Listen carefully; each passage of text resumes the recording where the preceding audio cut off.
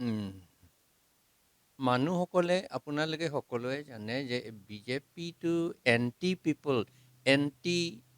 Anti পিপল পলিচিহে লৈ থাকে। সকলোৱে জানে, আপুনি কাইলৈ গ'লেও দেখিব ডিফুত ফৰ এক্সাম্পল উদাহৰণস্বৰূপে ডিফু ফ্লাইঅভাৰ বনাই আছে, এটা শেষ হ'ব, কমপ্লিট হ'ব। ইয়াত লেবাৰো ট্ৰাইবেলসকলক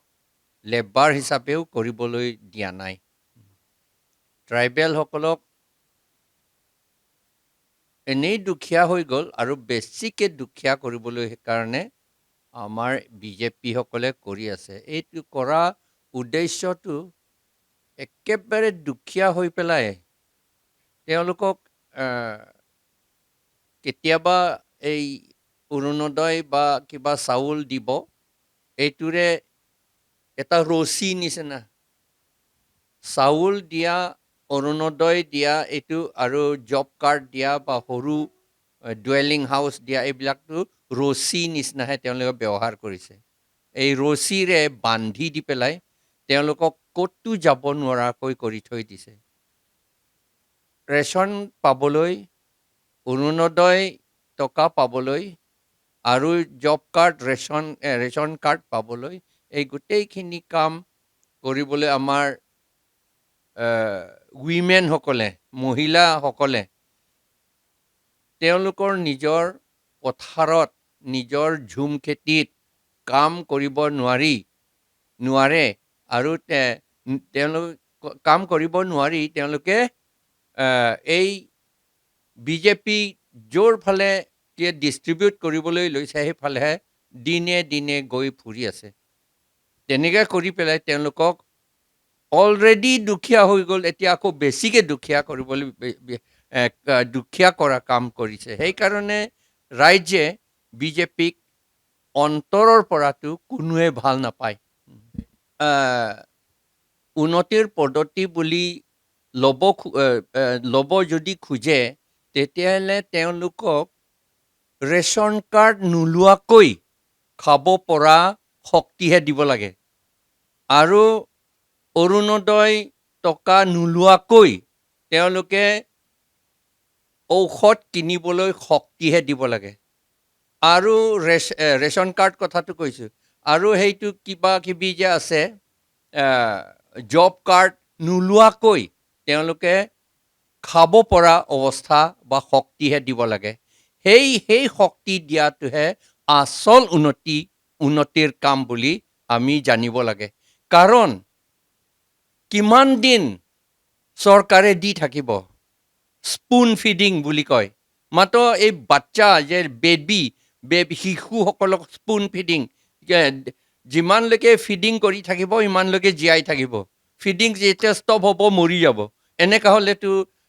ৰাইজে কেতিয়াও উন্নতি হ'ব নোৱাৰে। এতিয়া বিজেপি চৰকাৰে তেওঁলোকৰ আচল উন্নতিটো নিদিবলৈকে কাম কৰি আছে।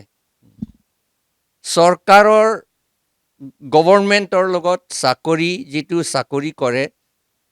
চকীদাৰ হওক, পিয়ন হওক, LD এছিষ্টেণ্ট, UD এছিষ্টেণ্ট বা গ্ৰাম সেৱক কিবা কিবি, এইবিলাক টিচাৰ কাম, এইবিলাকতো দিব লাগে। এইটো যদি দিয়ে তেতিয়া আপুনি ভাবকচোন যে অৰুণোদয় দিলে 1250হে পায় বা তেওঁলোকক মাহেকত, আৰু এতিয়া ইনক্ৰিজ কৰিব বুলি কয়, এইটো 10,000 নে 5,000 দিব, বা 5,000 দিয়ক, 10,000 দিয়ক। এইটো 10,000 দিয়াতকৈ মাষ্টৰৰ কাম বা পিয়নৰ কাম যদি দি দিলেহেঁতেন, তেওঁলোকে মাহেকত তেওঁলোকে 40,000হে পাব। যদি 40,000 পায়, এটা ঘৰত যদি 40,000 পোৱা মানুহ যদি এটা ঘৰত থাকে, তেতিয়াহ'লে গোটেই ফেমিলিটো তেওঁ চাব পাৰিব। তাৰ কাৰণেতো ৰেচন কাৰ্ডো নালাগে, অৰুণোদয়ো নালাগে তেওঁলোকৰ কাৰণে, নহয় জানো? নালাগিব তেওঁলোকৰ কাৰণে, কাৰণ এইটো 40,000 পাব আৰু সেইফালে অৰুণোদয় ল'লেতো 1,250হে পাব। সেইকাৰণে কিয় চাকৰিটো নিদিয়ে? প্ৰতি পৰিয়ালত চাকৰি দিয়াটোতো সম্ভৱ নহয়। সম্ভৱ হয়, কাৰ্বি আংলঙত হ'লে সম্ভৱ হয়, যদি 6 শিডিউল মতে যদি কৰে। ট্ৰাইবেল এৰিয়া বুলি কৈছে যিমান, আৰু MOU যিটো MOU চহী কৰিছিল 1995 এপ্ৰিল 1 তাৰিখত যিটো চহী কৰিছিল সেইটো মতে যদি কৰিলে প্ৰত্যেক ঘৰত এজনকৈ চাকৰি দিব পাৰে কাৰ্বি আংলঙত হ'লে ট্ৰাইবেলসকলক ট্ৰাইবেলসকলক আৰু খিলঞ্জীয়া অসমীয়াসকলক আদিবাসীসকলক আৰু গোৰ্খাসকলক তেওঁলোকে ইচ্ছা হ'লে দিব পাৰে আৰু মই ASDC বেছি ভাল বুলি ক'বলৈ যোৱা নাই বা প্ৰশংসা কৰিবলৈ মই যোৱা নাই তথাপি ASDC সময়ত তেওঁলোকে দিবলৈ আৰম্ভ কৰিছিলে আৰু দিছিলে তেওঁলোকে যদি পাৰে তেতিয়াহ'লে এতিয়া কিয় নোৱাৰিব বিজেপি আৰু বহুত শক্তিশালী বুলি কৈছে বহুত একেবাৰে ধনী বুলি কৈছে দেশটো তেতিয়াহ'লে কিয় নোৱাৰিব তেওঁলোকে নোৱাৰাৰ কাৰণটো কি বুলি এতিয়া দিব নোখোজে সেইটোৱে আচল কথা মই সদায় কৈ থাকোঁ মই এনেই মিছা কথা কোৱা নাই আপোনালোকে মনুস্মৃতি চালে দেখিব মনুস্মৃতি 8 অধ্যায় 416 পদত লিখাত আছে তাত শ্লোকত লিখা আছে যে এই ট্ৰাইব মানে অকল ট্ৰাইব নহয় ট্ৰাইব আৰু যিবোৰ শূদ্ৰসকলক আমি শূদ্ৰ নহয় কিন্তু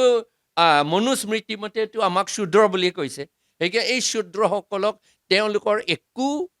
নিজৰ প্ৰপাৰ্টি একেবাৰে নাই বুলি কৈছে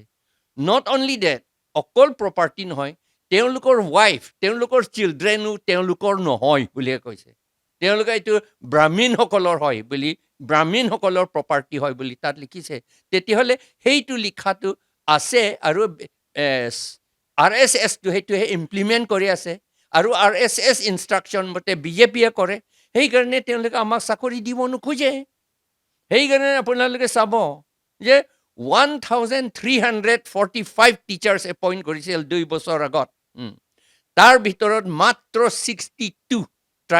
ট্ৰাইবসকলক দিছে ইয়াত কাৰ্বি আংলঙত কথা হ'ল নেকি 1283টো বাহিৰৰ পৰা আনি পেলাই দিছে কিয় দিছে সেইটো আমাক মানে দুখীয়া কৰিবলৈ একো কথা নাই দুখীয়া কৰি পেলাই এই অৰুণোদয় স্কিম আৰু এই ৰেচন কাৰ্ড এইবিলাক লৈ পেলাই আৰু কি আছে জব কাৰ্ড এইবিলাক লৈ পেলাই আৰু সেই সৰু ডুৱেলিং হাউচ পায়খানা এইবিলাক লৈ পেলাই তেওঁলোকে বান্ধি কৰি ৰাখিছে আৰু এতিয়া আকৌ বান্ধিছে এতিয়া গীৰ্জা ঘৰলৈ গৈ পেলাই গীৰ্জা আমাৰ কাৰ্বি মানুহ বা ট্ৰাইবেল মানুহটো বৰ দুখীয়া আৰু তেওঁলোকে দান দিব নোৱাৰে কাৰণ তেওঁলোকে আৰ্নিং নাই যেতিয়া ক'ৰ পৰা দানো দিব আচলতে দান দি পেলাইহে গীৰ্জা ঘৰটো সজোৱা হয় কিন্তু এতিয়া দানো দিব নোৱাৰে সেইকাৰণে নিজৰ গীৰ্জা ঘৰো সজাব নোৱাৰা হৈছে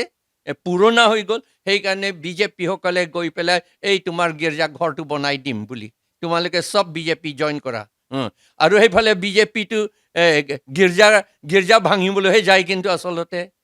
উল্টা কৰি তেওঁলোকে সেই গীৰ্জা ঘৰ বনোৱা লৈ পেলাই বান্ধি কৰি ৰাখিছে আমাৰ খ্ৰীষ্টিয়ানসকলক আপোনালোকে অহাৰ লগে লগে আমাৰ সঁচা কথা লিখিলে তেওঁলোকে আমাৰ ফেভৰত লিখা বুলি ভাবে এই RSS বিজেপিসকলে তেতিয়া আপোনালোকক দিগদাৰি দিয়ে নহয় জানো সেইকাৰণে আপোনালোকক দিগদাৰি দিয়াটো আমিও সেইটো কৰিব নোখোজো কাৰণে আপোনালোকক কেতিয়াবা আমি নামাতো আৰু আপোনালোকক সংবাদ মাধ্যমৰ আগত এৱাৰনেছ কেম্পেইনটো কি ক'ব অসমীয়া সজাগতা স্কিমটো আমি কৰি আছোঁ 10 বছৰমান হ'ল ষ্টাৰ্টিং ফ্ৰম 2015 তেতিয়া সময়ত 6 শিডিউলৰ কথা ক'লে আমাক হাঁহিছিলে আমাক লাজ দিছিলে আমাৰ MLA জনো কৈছিল 6 শিডিউল মানে কি কয় দাঁত ঘঁহিব নালাগে চুলি কাটিব নালাগে গা ধুব নালাগে বুলি পেলাই আমাক হাঁহিছিলে এতিয়া সকলোৱে গম পায় যে আচলতে আমাৰ কাৰ্বি আংলং ডিমা হাছাও বা বড়োলেণ্ডতো এই 6 শিডিউল ওপৰতহে গঠন কৰা হৈছে বুলি এতিয়াহে গম পাইছে আৰু 6 শিডিউল মতে যদি কৰে তেতিয়াহ'লে আমাৰ ট্ৰাইবেল মানুহবিলাকো উঠিব পাৰিব বুলি এতিয়াহে গম পাইছে এতিয়া কোনো নাহাঁহে সেইকাৰণে এইটো এটা ডাঙৰ এচিভমেণ্ট যে লটো তেওঁলোকে জানিছে এতিয়া আমাৰ চেণ্ট্ৰেল লেভেলত চেণ্ট্ৰেল এক্সিকিউটিভ কমিটি আছে তাৰপিছত আমাৰ প্ৰত্যেক council constituency MAC constituency member of autonomous council constituency প্ৰত্যেক কনষ্টিটুৱেঞ্চিতে কমিটি এটা থাকে এইটো আপোনাৰ কংগ্ৰেছ বা বিজেপিসকলে মণ্ডল কমিটি বুলি কয় নেকি আমি মণ্ডল কমিটি এইটো ইকুইভেলেণ্ট সমান এইটো C C committee MACC committee বুলি কয় আমাৰ আছে আৰু তাৰ ভিতৰত তাৰ তলত ভিলেজ কমিটি প্ৰত্যেক গাঁৱত কমিটি থাকে আৰু আৰু বুথ লেভেল কমিটি থাকে পলিং বুথ লেভেল কমিটি থাকে সকলোৱে কাম কৰি আছে কাউন্সিল পাৱাৰ থকা পাৱাৰ লৈহে ইলেকশ্যন জিকি পেলাই পাৱাৰ লৈহে তাত কাম কৰিব পাৰিব তাতে ৰিজলিউশ্যন ল'ব পাৰিব আৰু এছেম্বলিত মই এতিয়া কাম কৰিব পাৰিব তেতিয়াহে সেইকাৰণে মই ইলেকশ্যন কণ্টেষ্ট কৰিবলগীয়া হয় এতিয়া কিয় আমাক মালি চিলেকশ্যনৰ কাৰণে মালি বাছনি কৰিবলৈ ডিফুত মালি কাম কৰিবলৈ চিলেক্ট কৰিবলৈ গুৱাহাটীতহে চিলেকশ্যন কৰে কথা হ'ল নেকি ডিফুট হোৱা নাই ডিফুট নহয় এতিয়া ডিফু কৰিব নোৱাৰে কাৰণ কিয় কৰিব নোৱাৰে এই MLA সকলে আমাৰ 5জন MLA আছে হিল ট্ৰাইবছৰ MLA 5জন টোটেল 5জন MLA আছে তেওঁলোকৰ সহায়ত ডাইৰেক্ট ৰিক্ৰুটমেণ্ট এক্ট বুলি বনাই থৈ দিছে আছাম এছেম্বলিয়ে সেই ডাইৰেক্ট ৰিক্ৰুটমেণ্ট এক্ট মতে পিয়ন বাছনি কৰিবলৈ এটা কমিশ্যন আছে আৰু LD এছিষ্টেণ্ট বাছনি কৰিবলৈ বেলেগ আকৌ এটা কমিশ্যন আছে আৰু এই দুটা কমিশ্যনো দিছপুৰতে থাকে এতিয়া আউটছাইড 6 শিডিউল এৰিয়া সেইবিলাক তেতিয়া আউটছাইড 6 শিডিউল এৰিয়া থকা কমিশ্যন আণ্ডাৰ ষ্টেট এক্ট যে বনাব ষ্টেট গভৰ্ণমেণ্টে বনোৱা ল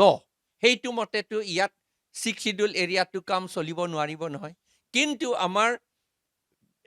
MLA সকলৰ ইগনৰেঞ্চৰ কাৰণে তেওঁলোকৰ ইগনৰেঞ্চ অৱহেলা আৰু তেওঁলোকৰ হাই কমাণ্ডক ভয়ত তেওঁলোকে একো আপত্তি নকৰিলে এছেম্বলি সদনত সেইকাৰণে আইনটো বনাই থৈ দিছে এগেইনষ্ট আৱাৰ চেল্ফ এই কথাটো আৰু সহজ ভোট কৰিবলৈ তাত মাত্ৰ এইটো ক্লজ ছেকশ্যন 1 ক্লজ 2 তাতেহে এমেণ্ডমেণ্ট কৰিব লাগিব আৰু নট অনলি ডেট তাত যদি নকৰিলেও এছেম্বলি যদি নকৰিলেও ইয়াত ডিফুতে কাউন্সিলতে তেওঁলোকে ৰিজলিউশ্যন ল'ব লাগিছিল যে এই আইনটো আমি ইন টোটো আমি এইটো একচেপ্ট কৰিব নোৱাৰিম বুলি paragraph 12 মতে তেওঁলোকে ৰিজলিউশ্যন ল'ব লাগিছিল কিন্তু আৰু paragraph 12 মতে তেওঁলোকে নিজৰ ডাইৰেক্ট ৰিক্ৰুটমেণ্ট এক্ট বনাব লাগিছিল কিন্তু সেইটো নবনালে তাৰমানে আমি এই বিজেপি চৰকাৰ আঁতৰাই পেলাই আমি নিজে কাউন্সিলত বহিহে এই আইনটো বনাব লাগিব তেতিয়াহে মানুহবিলাক চাকৰি পাব যিকোনো খবৰৰ বাবে যোগাযোগ কৰক আমাৰ এই নম্বৰত 9181 307 2221